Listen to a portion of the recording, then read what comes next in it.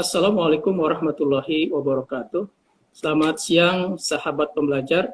Mohon maaf, kami tadi pagi siaran untuk obras hukum kita yang sebetulnya dilaksanakan pada pagi tadi jam 10, namun karena ada beberapa kendala yang tidak bisa kami lanjutkan.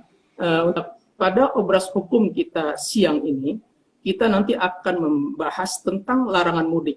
Dan tema yang diambil pada siang ini yaitu lindungi orang tua kita dengan tidak mudik. Baik, alhamdulillah ini sudah bergabung dengan kita Ibu narasumber kita, penyuluh hukum dari Kantor Wilayah Kementerian Hukum dan HAM Jawa Tengah, Ibu Lilin Nur Halimah. Selamat siang, Ibu.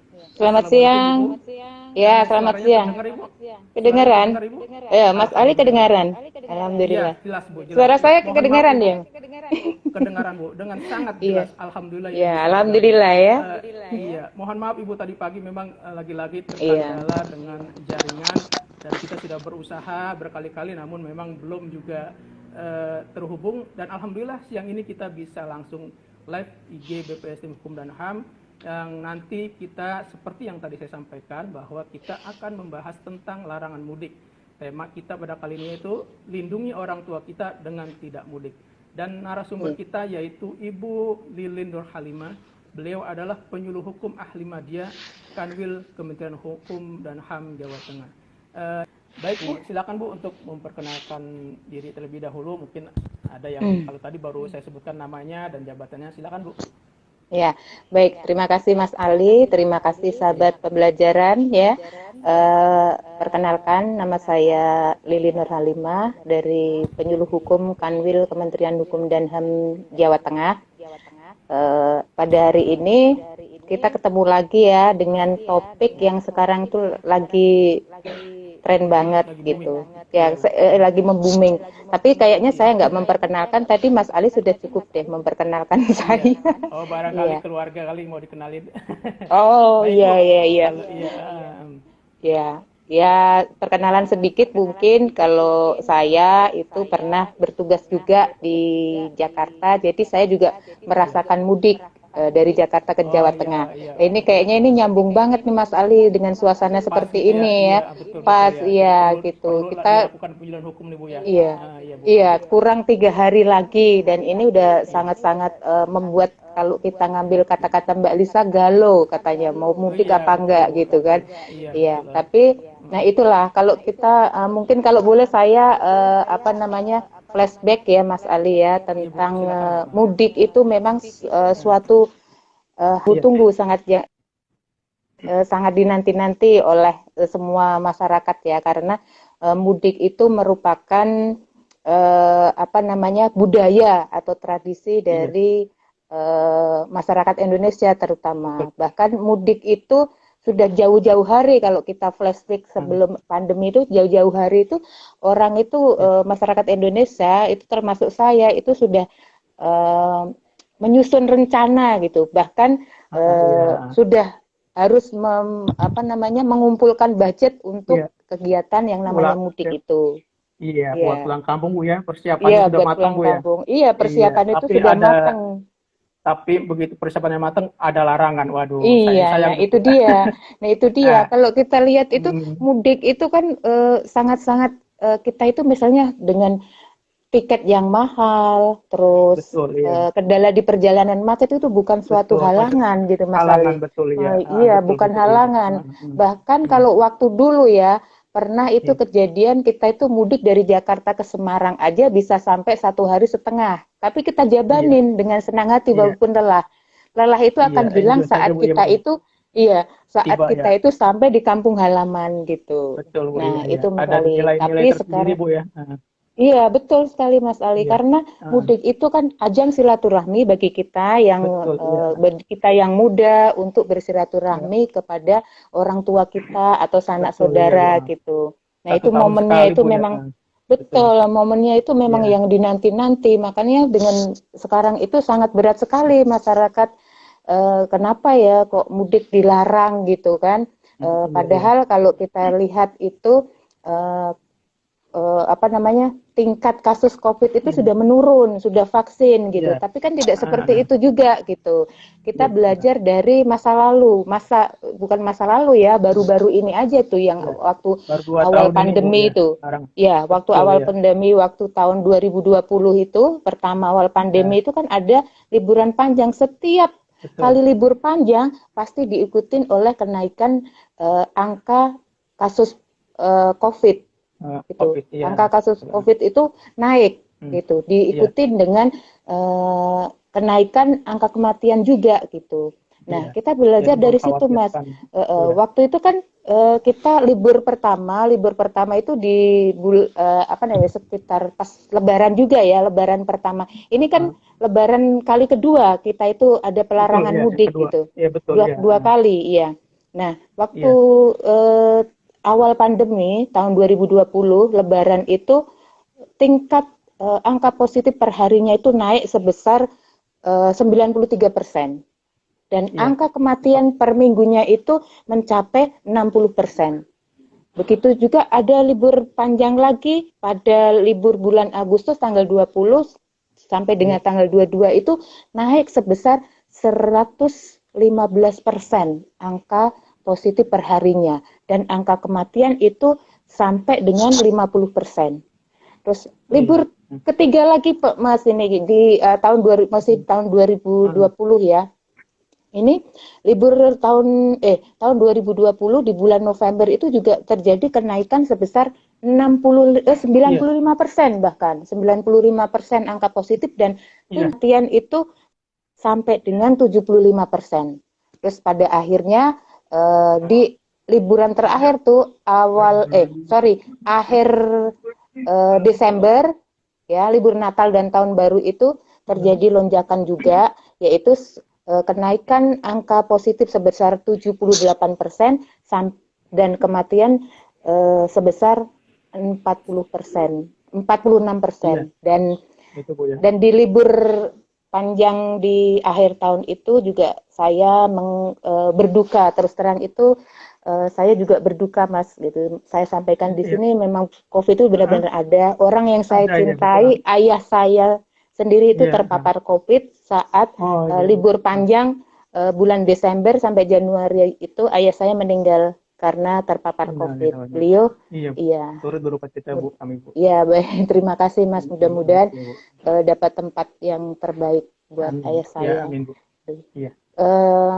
Setelah beliau itu dapat perawatan di rumah sakit selama 6 hari, akhirnya karena ayah saya kan kelompok rentan juga karena usia sudah 84 ya, 84 itu masuk dari komorbid ya. Nah, itu beliau meninggal karena gagal nafas. Seperti itu, Mas. Jadi banyak pertimbangan kenapa tahun ini, Lebaran tahun ini juga pemerintah itu meniadakan mudik atau melarang mudik. Itu tidak serta-merta, tapi dengan pertimbangan-pertimbangan. Pertimbangan pertama yaitu, Mas, ada pertimbangan kedua. Pertimbangan kedua itu sebenarnya tingkat positif COVID, kasus COVID itu sekarang itu lagi turun gitu. Sejak dua bulan terakhir ini kan menurun gitu. Angkanya dari bulan Maret sampai dengan bulan April itu kan menurun gitu. Ya, jadi pemerintah juga mempertahankan gitu loh. Kondisi seperti ini tuh sangat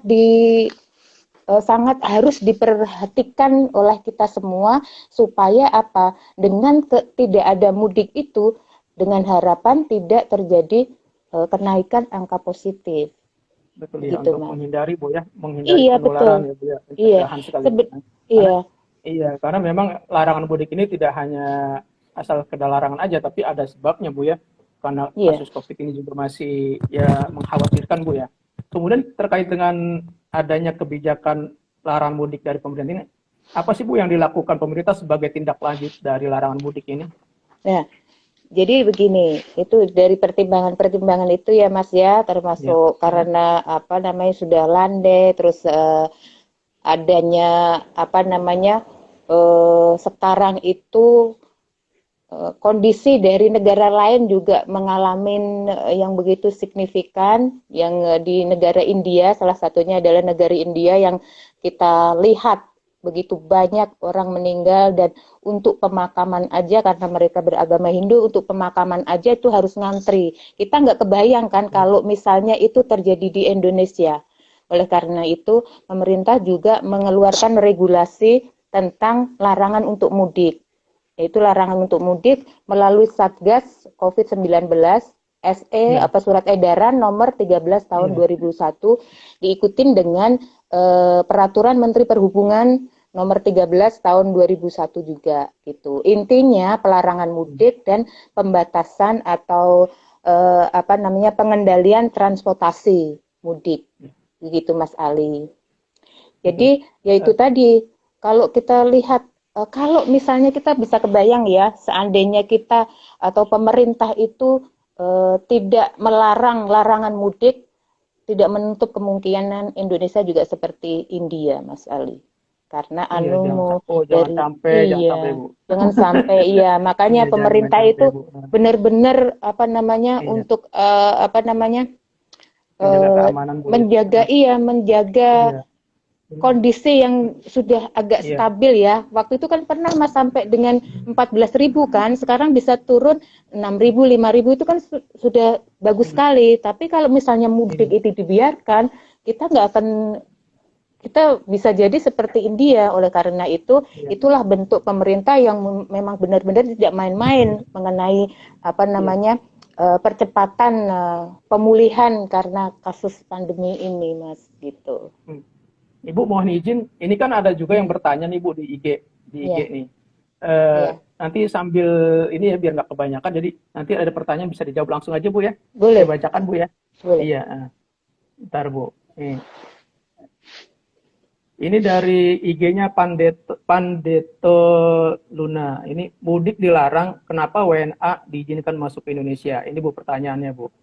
Dari IG Pandeto_Durna. Mudik dilarang, kenapa WNA diizinkan masuk ke Indonesia? Silakan Bu. Ya, mudik memang dilarang dengan aturan yang sudah tadi disebutkan ya, melalui surat edaran dan kenapa mudik dilarang juga tadi sudah kita sampaikan ya, kenapa mudik itu dilarang, kenapa ada WNA masuk ke Indonesia.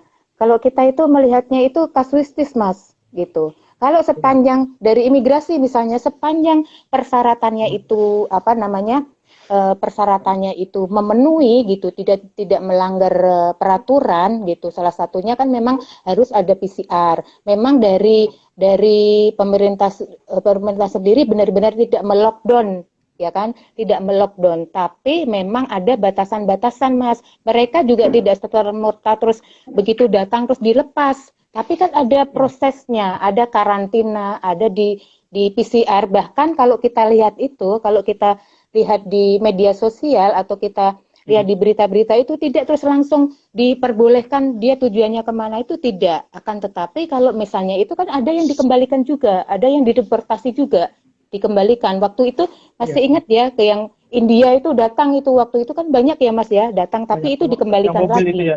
Iya, itu dikembalikan lagi. Karena memang kan kasus seperti ini Bu menjadi kecemburuan mungkin masyarakat kita Bu. Kenapa WNA masuk diperbolehkan? Artinya kalau kita pulang kampung kan bisa dikarantina juga kan begitu. Nah ini mungkin masyarakat jadi bertanya-tanya kenapa WNA masuk diperbolehkan, tapi kita sendiri malah dilarang untuk pulang kampung. Padahal hal yang sama bisa dilakukan ya, misalnya karantina kan begitu. Ya Bu ya, ini menjadi pertanyaan masyarakat juga gitu. Kemudian ada juga nih dari IG-nya Pranasisco_Robi. Percuma rakyat dilarang mudik tapi di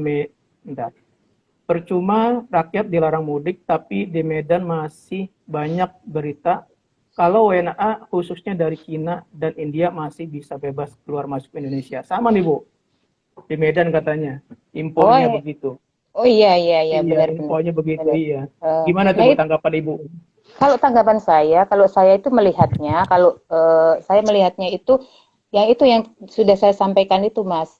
itu kita kan memang tidak ada lockdown benar-benar ditutup gitu, tapi memang dengan persyaratan-persyaratan, misalnya syarat-syarat keimigrasian itu sudah lengkap, terus dari apa namanya, tujuannya juga jelas gitu kan, tujuannya juga jelas gitu, terus apa namanya, dari apa surat kesehatannya, PCR-nya juga dia negatif, tapi itu pun harus dikarantina. Kalau yang setahu saya, itu pendapat saya ya, itu pun dikarantina. Nah, setelah itu ada yang positif itu juga dikembalikan, termasuk yang warga negara Indonesia kan kita tidak menerima itu Mas, semuanya dibalikin semuanya. Dan sekarang emang baru-baru ini amat dari Cina ya yang banyak. Nah itu mungkin kalau menurut saya itu lagi proses Mas, itu dia masuk karena memang dia secara ilegal. Tapi kalau memang dia nggak ilegal, tentunya dideportasi gitu. Terus kalau tujuannya jelas, itu memang diperbolehkan. Tapi tetap aja dikarantina. Kita apa namanya pihak apa namanya karantina di bandara itu juga memberikan fasilitas untuk mereka PCR seperti itu. Kalau mengenai yang mengapa rakyat kita itu kok tidak diperbolehkan, padahal itu kan mudik 1 tahun sekali dan itu kan budaya dan itu tempat silaturahmi, kenapa tidak diperbolehkan? Nah itu tadi kita itu apa namanya, atau pemerintah itu sudah memberikan pertimbangan-pertimbangan kenapa mudik itu ditiadakan atau dilarang ya, karena salah satunya adalah untuk menekan angka COVID. Itu menekan angka COVID yang sekarang itu lagi turun gitu, tujuannya itu. Kalau nggak dilarang itu bisa dibayangkan Mas Ali dan teman-teman sekalian, pasti akan kejadian sama seperti di India itu, tidak menutup kemungkinan seperti itu. Karena kalau kita flashback ke belakang, yang namanya mudik itu berjuta-juta orang Mas, sama dengan India, tiba-tiba dia dalam satu kegiatan mereka pun mudik ya, karena acara keagamaan itu apa namanya datang ke Sungai Gangga, beribu-ribu orang bahkan jutaan ya infonya itu melakukan mandi bareng dengan ritual keagamaannya, dan akhirnya terjadilah seperti itu. Padahal mereka sudah mengklaim bahwa mereka itu sudah negaranya sudah mulai aman dengan pandemi itu, tapi dengan adanya kegiatan itu langsung begitu luar biasa Mas. Kita nggak mau mungkin ya seperti itu, amit-amit jangan gitu. Sampai Bu, mudah-mudahan Jangan sampai ya. Jangan sampai. Tapi mudah-mudahan kita tetap menjaga protokol kesehatan Bu, makanya Ibu, dan patuhi larangan mudik untuk kebaikan kita bersama. Betul. Kemudian ada IG dari Sophie Saurus. Ibu ingat aku enggak pernah pelatihan bareng di Jateng? Ini ingat nggak Bu? Sophie Ahyar Bu, nih dari Sophia pernah pelatihan bareng. Wah, oh iya mungkin. Oh iya, apa kabar? Ya, apa kabar? Ya, pernah lah pelatihan ya di diklat sana ya, kalau nggak salah TOF Pak ya. Iya, saya lupa. Mungkin Bu, iya. Mungkin iya. Kemudian ini Bu, terkait dengan larangan ini Bu, ini kan yang dilarang itu siapa saja? Kemudian adakah pengecualiannya? Itu Bu. Oh iya, kalau yang dilarang itu pemerintah itu melarang semua masyarakat sebenarnya Mas. Tapi kita sebutkan aja ASN. Nah, sekarang itu ASN lagi digencar-gencarnya nih untuk bukan dihimbau lagi, bahkan siapa yang mudik itu ada sanksi, ada hukuman disiplin menurut undang-undang atau undang-undang kepegawaian ya Mas ya, itu termasuk merupakan pelanggaran gitu. Terus ASN, TNI, Polri, pegawai BUMN, pegawai BUMD, dan pegawai swasta, tentunya masyarakat juga gitu. Tapi memang ada pengecualiannya Mas. Pengecualiannya itu ada 4 poin. Yang pertama adalah pegawai atau ASN, pegawai BUMN, BUMD, terus pegawai swasta, TNI, Polri, itu apabila mereka itu perjalanan dinas. Jadi non mudik kan, artinya perjalanan dinas itu kan non mudik. Itu diperbolehkan, tapi dengan syarat ada surat tugas atau surat tugas untuk dinas dari pimpinan instansi atau pimpinan perusahaan masing-masing. Nah, itu harus dicantumkan dengan tanda tangan dan cap basah. Itu nggak main-main. Kalau misalnya cuma ditanya aja, Mas Ali mau kemana gitu kan nanti saya tugas ya pasti nanti dari titik pos-pos ya pos-pos penjagaan itu yang terdiri dari Satgas COVID dari Dinas Perhubungan sama TNI Polri, nah itu akan melihat buktinya mana gitu. Yang kedua adalah ibu hamil mungkin kan mau berobat atau apa itu diperbolehkan, ibu melahirkan gitu, tapi harus ada dengan pengantarnya dibatasin juga, pengantarnya itu 2 atau 1, tidak nanti ngantar ibu hamil atau ibu melahirkan satu mobil kan itu kan sama aja nanti indikasinya mudik juga gitu kan. Rombongan Bu ya. Iya rombongan. Terus ini apa namanya mahasiswa yang sekolah di luar negeri itu juga diperbolehkan, tapi dengan syarat-syarat. Terus ini masyarakat non mudik. Non mudik itu artinya khusus, pengecualian itu artinya mereka itu masyarakat yang sudah tidak bekerja lagi gitu, sudah di PHK. Mungkin salah satunya adalah pekerja lepas ya, dia nggak punya atasan, pekerja lepas. Nah, dia sudah tidak, misalnya contohnya di Jakarta atau di daerah lain, dia sudah tidak dipekerjakan lagi, sudah di PHK, itu diperbolehkan untuk mudik, tapi lagi-lagi dengan syarat. Syaratnya apa? Syaratnya harus ada keterangan dari lurah atau kepala desa setempat, gitu, baru boleh dijalankan jalan. Gitu. Kayak kemarin kan di TV ada ya Mas ya, naik motor cewek ya sampai nangis-nangis gitu karena dia PHK. Tapi juga kayak gitu juga jangan dijadikan alasan, harus ada surat dari lurah atau kepala desa setempat gitu Mas Ali. Keterangan Bu ya. Iya. Tapi ini juga berlakunya di Bodetabek juga sama ya Bu? Untuk lintas Bogor, Depok itu juga ada larangan juga. Iya, ada larangan. Sekarang semuanya kayaknya ada larangan, Mas. Di Jawa Tengah juga gitu. Di Jawa Tengah juga tidak boleh. Tidak ini apa enggak mohon maaf Bu, ini apa enggak enggak lebay gitu ya Bu ya?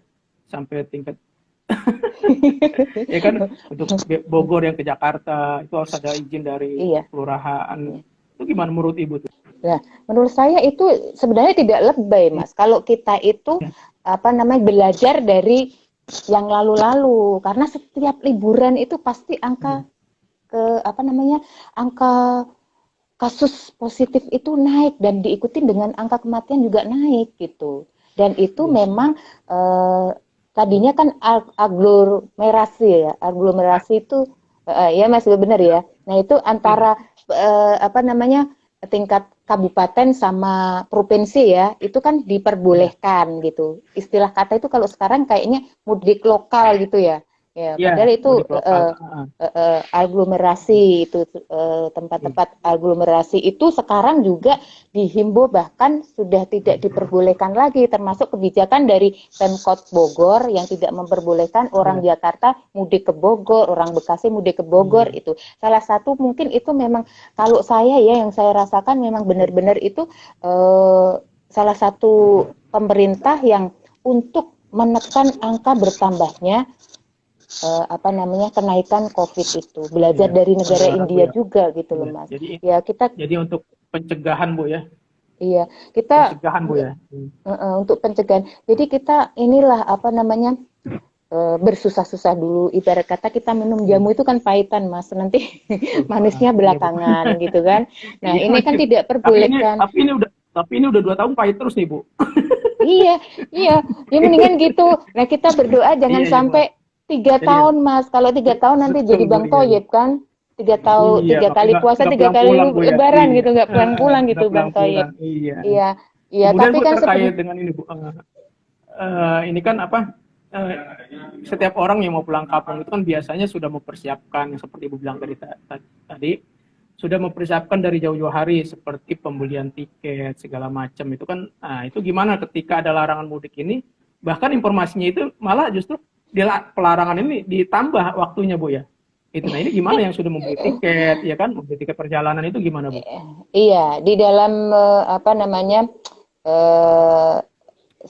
surat edaran Satgas COVID-19 sama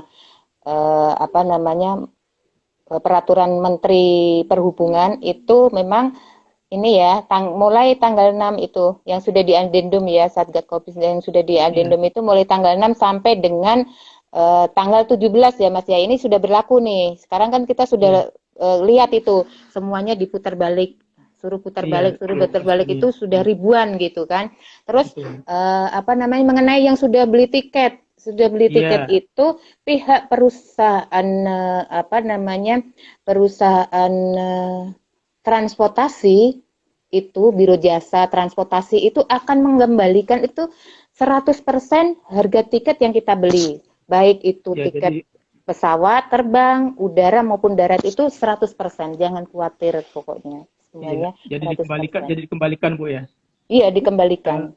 Ya, kemudian terkait dengan ini Bu, mungkin kan masyarakat kita kan tidak sama, ada yang patuh, ada yang tidak patuh. Nah, tidak patuh ini artinya dia tetap nekat pulang kampung. Nah, ini sanksinya gimana nih Bu? Nah, sanksi dari orang yang nekat, yang bandel itu sudah kelihatan tuh Mas. Kalau kita lihat di TV itu sudah disuruh putar balik kan, mereka sudah suruh putar balik. Nah, itu sanksinya itu dari sanksi yang ringan itu yaitu diputar balik, suruh kembali ke asal. Dan kalau misalnya dia itu melanggar apa namanya aturan lalu lintas dan jalan raya, itu mereka juga akan dikenakan sesuai dengan peraturan perundang-undangan yang berlaku, yaitu apa namanya undang-undang lalu lintas tentunya Mas. Jadi tidak sembarangan dia ini gitu loh. Tolonglah atau jagalah, kita memendam rindu nggak apa-apa daripada nanti kita bertambah bermasalah lagi gitu. Karena kan negara-negara lain juga kayak Malaysia juga sudah mulai ada penambahan ya Mas ya, kita kan juga ngeri juga gitu loh. Ya, gitu, kemudian sedikit mengulas lagi nih Bu tentang mudik lokal gimana nih Bu sebetulnya nih Bu. Nah, mudik lokal itu ya itu sebenarnya mudik lokal itu kan bahasa kita ya, itu paling enak ya. Kayak saya misalnya mudik kalau di daerah Semarang itu mudik ke apa namanya ke Solo misalnya, ke Solo terus ke Purwokerto misalnya. Nah, itu sekarang itu diatur juga Mas. Diatur itu karena iya, dengan ada syaratnya yang tadi 4 poin itu, sepanjang ada apa namanya kepentingan yang bukan mudik silaturahmi ya dalam tanda kutip ya, kan biasanya kalau mudik itu silaturahmi. Nah, ini kalau misalnya ada yang poin 4 itu Mas Ali karena dinas, terus karena itu diperbolehkan, tapi dengan syarat-syarat yang harus diketahui oleh pihak petugas. Dan apabila yang lain misalnya salah satu contohnya adalah transportasi untuk membawa logistik dan ambulan itu diperbolehkan. Tapi yang sudah Mas Ali tadi apa namanya beritahukan bahwa sudah sampaikan itu bahwa sekarang Bogor pun tidak diperbolehkan, itu kan mudik lokal ya karena perbatasan aglomerasi juga itu perbatasan provinsi gitu kan, itu kan mobilitas mobilitas untuk sarana mau ke sini gitu kan. Nah, tapi dengan catatan dengan syarat yang 4 poin itu. Makanya yang Bogor itu sudahlah nggak boleh gitu. Suruh terbalik lagi gitu sanksinya Mas gitu. Iya, makanya kita mau silaturahmi jadi susah Bu ya. Tapi kalau kita paksakan juga karena ini bagian daripada usaha pemerintah dalam menekan penularan dan pencegahan penularan COVID-19. Kemudian kira-kira Bu, sebelum kita akhiri Bu, ada nggak Bu yang kira-kira yang paling penting yang menurut Ibu yang perlu disampaikan ke masyarakat tentang larangan mudik ini Bu? Silakan Bu. Iya, baik. Jadi larangan mudik ini memang apa namanya sangat membuat kita itu rasakan tuh benar-benar terasa apa namanya berat ya Mas ya, karena itu kan suatu momen yang tahun kemarin juga sudah nggak pulang, tahun sini juga nggak pulang gitu. Betul, tapi kita harus mengendalikan diri juga bahwa ini pemerintah menerbitkan atau melarang dengan regulasi yaitu Satgas Covid, terus ada apa namanya peraturan menteri, itu semata-mata pemerintah itu untuk kebajikan bersama gitu loh. Betul. Kita tidak Untuk mau, melindungi pemerintah rakyat juga juga, nggak Bu, mau, ya. iya. Iya. Pemerintah tidak mau sampai kejadian seperti India itu terjadi di Indonesia. Dengan itu kan pemerintah juga apa namanya sudah benar-benar konsen gitu untuk penekanan angka COVID sampai di zero, kita nggak ada gitu, kita sampai clear gitu kan. Mudah-mudahan insya Allah tahun depan clear. Karena salah satu dari upaya pemerintah untuk menekannya itu adalah kita itu digencar-gencarkan atau digalakkan dengan vaksin. Walaupun semuanya masyarakat itu belum dapat ya Mas ya, belum semuanya ya, masih sebagian aja, tapi mohon bersabar karena dunia ini sekarang lagi pada membutuhkan yang namanya vaksin. Oleh karena itu, di samping kita menunggu vaksin atau yang sudah divaksin tetap harus menjaga 5M. Ya, kalau dulu kan 3M, sekarang sudah 5M. Ya, terus ditambah D Mas kalau saya, ditambah doa. Apa tuh D? Oh D iya, itu penting, doa. penting itu, Iya, penting. Iya, ya penting sekali iya. karena Paling 5M penting, itu iya. ikhtiarnya kan Usaha. Mas. Ya, Iya, betul, ikhtiarnya. Bu, iya. Tapi ikhtiar Betul. itu kan harus dibarengin doa. Gitu. Betul, Jadi Bu, buat supaya keselamatan, Bu, ya. iya betul. Jadi nanti Iya, supaya tahun depan itu kita bisa mudik, kita bisa kerja. Kalau sekarang kan kita kerja juga was-was ya Mas. Kadang-kadang teman iya, kita ada yang betul, Bu. positif, kita Iya. kita bisa berkarya lebih panjang lagi, lebih banyak lagi gitu karya-karya kita. Kita kan masih diendem nih, ini hanya virtual, bagaimana sih gitu. Kayak Mas Ali kan sudah gregetan nih, kayaknya saya harus ke sini, tapi tidak diperbolehkan. Kayak misalnya kami itu kan penyuluh memberikan informasi hukum, itu juga kadang-kadang kelurahan-kelurahan itu belum mau didatengin, tidak mau karena kan zonanya juga zona merah. Jadi kita jadi kita itu memaksimalkan di era digital ini, kita maksimalkan benar-benar termasuk untuk ajang silaturahmi gitu. Betul, Bu, ya. Gitu. Untuk ajang silaturahmi. Jangan menyerah, Bu, ya. Iya, jangan menyerah. Pokoknya 5M ya, Mas. Satu, mencuci tangan ya. Mengingatkan kembali nih karena kita harus mencuci memakai masker. Ini kita nggak memakai masker karena kita di rumah. Virtual, Bu, ya, gitu. Virtual ya. Memakai masker, mencuci tangan dengan sabun. Terus menjaga jarak, terus menghindari kerumunan, mengurangi mobilitas dan doa. Insya Allah nanti di tahun berikutnya gitu, liburan berikutnya, mudik berikutnya kita sudah tidak ada embel-embel dilarang lagi gitu loh Mas Ali. Jadi untuk yang kangen dengan orang tua, yang mau sungkem, jadi sementara lewat virtual dulu, Bu, ya. Iya. Kalau mau beri bingkisan kirim aja ya lewat. Iya, Bu. Nah, betul. Kalau kali ada yang mau kirim uang untuk orang tuanya, saudaranya, ya udah ditransfer aja ya, betul, ditransfer aja. Kalau mau berbagi bisa dikirim lewat paket ya. Tatap muka bisa lewat Zoom kalau porsinya lebih besar lagi. Yang pernah kita lakukan kan Mas, sering itu. Sekarang itu nggak ada lah. Pokoknya Allah Maha tahu kebaikan itu sudah dicatat lah gitu. Karena apa? Karena orang tua kita itu rentan. Kita nggak tahu ya, kan ada Mas itu. Kalau kita lihat meme-meme itu mudik nggak mudik, corona tetap ada. Itu orang tua kita tahun depan belum tentu ada. Loh sekarang dibalik misalnya. Kalau kalian mudik tapi orang tua terpapar virus karena kamu yang lebih sedih lagi kan? Kan gitu ya Mas ya. Benar nggak? Iya makanya. Penyakit ya Bu, menularkan membawa penyakit gitu. Kan nggak tahu kalau OTG ya Mas ya, tanpa gejala itu lebih rentan memberikan atau memaparkan virus kepada orang tua kita. Ingat loh, ingat mudik itu ketemu orang tua, ketemu sanak saudara, ada interaksi, ya kan? Ya kan, betul, terus ada nah itu pasti kumpul-kumpul ya, harus kumpul-kumpul, makan bareng dan diri kita tidak tahu apakah kita itu OTG atau enggak. Kalau OTG bisa kejadian itu menimpa orang tua kita. Makanya dengan tidak mudik, kita bersabar, itu merupakan langkah yang terbaik. Itu termasuk menyayangi orang tua kita juga. Betul, gitu, Mas Ali.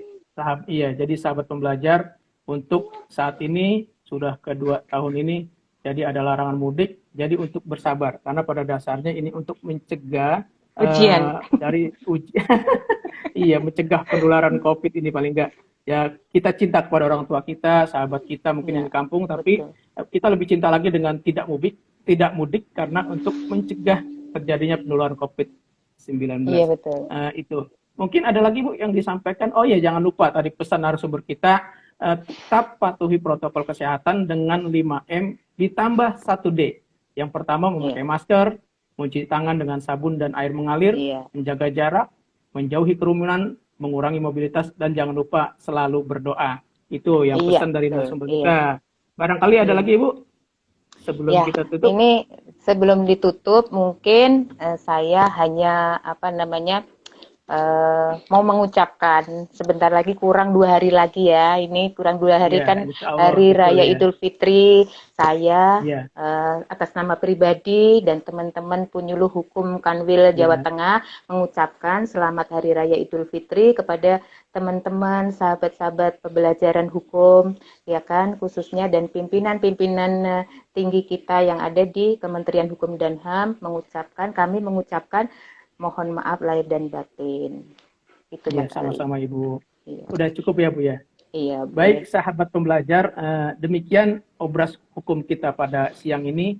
Saya juga selaku host mohon maaf kalau banyak kekurangan, dan saya ucapkan atas nama BPS Hukum dan HAM, saya ucapkan terima kasih Ibu telah hadir dan menyempatkan waktunya menjadi narasumber di acara obras hukum kita pada siang ini, kerjasama BPS Hukum dan HAM dengan BPHN yang telah memfasilitasi kegiatan obras hukum kita pagi ini.